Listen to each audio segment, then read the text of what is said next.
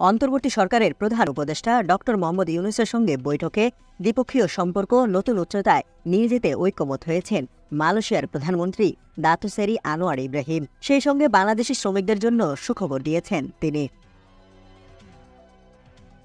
বৈঠক শেষে বিকেলে হোটেল ইন্টারকন্টিনেন্টালে সংবাদ সম্মেলনে কথা বলেছেন আনোয়ার ইব্রাহিম। তিনি বলেন, ডক্টর মোহাম্মদ ইউনূসের নেতৃত্বের ওপর পূর্ণ আস্থা রয়েছে আমার। আমি বিশ্বাস করি বাংলাদেশ এগিয়ে যাবে এবং সর্বাত্মক সহযোগী থাকবে।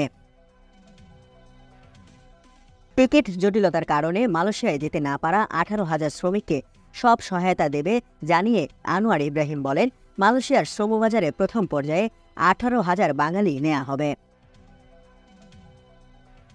সংবাদ সম্মেলনে প্রধান উপদেষ্টা ডক্টর মোহাম্মদ ইউনূস বলেছেন, আমার পুরনো বন্ধু এবং বাংলাদেশের পুরনো বন্ধু আসায় আমি খুবই খুশি।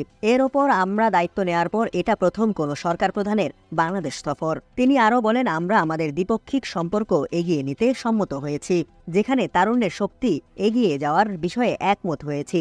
সম্পর্ক নতুন উচ্চতায় নিতে অর্থনৈতিক, সাংস্কৃতিক, রোহিঙ্গা ইস্যুতে আলোচনা হয়েছে।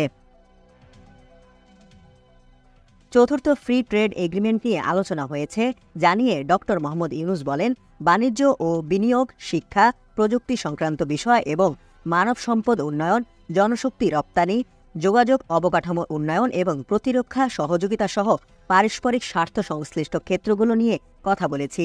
মালয়েশিয়ায় বাংলাদেশিদের জন্য কর্মসংস্থান তৈরি এবং ভিসা সহযোগীকরণের বিষয়েও আলোচনা হয়েছে। আসিয়ান জোটে রোহিঙ্গা প্রত্যাবর্তন বিষয়ে মালয়েশিয়ার সক্রিয় সহযোগিতা আহ্বান জানিয়েছেন প্রধান উপদেষ্টা।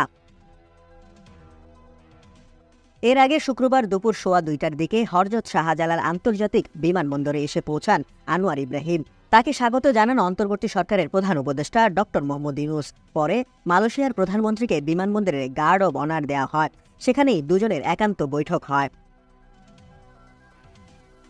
আনোয়ার ইব্রাহিমের সঙ্গে তার মন্ত্রিপরিষদের সদস্য, মন্ত্রী, সংসদ সদস্য এবং ঊর্ধ্বতন সরকারি কর্মকর্তাদের সমন্বয়ে 18 সদস্যের একটি প্রতিনিধি দল এসেছেন।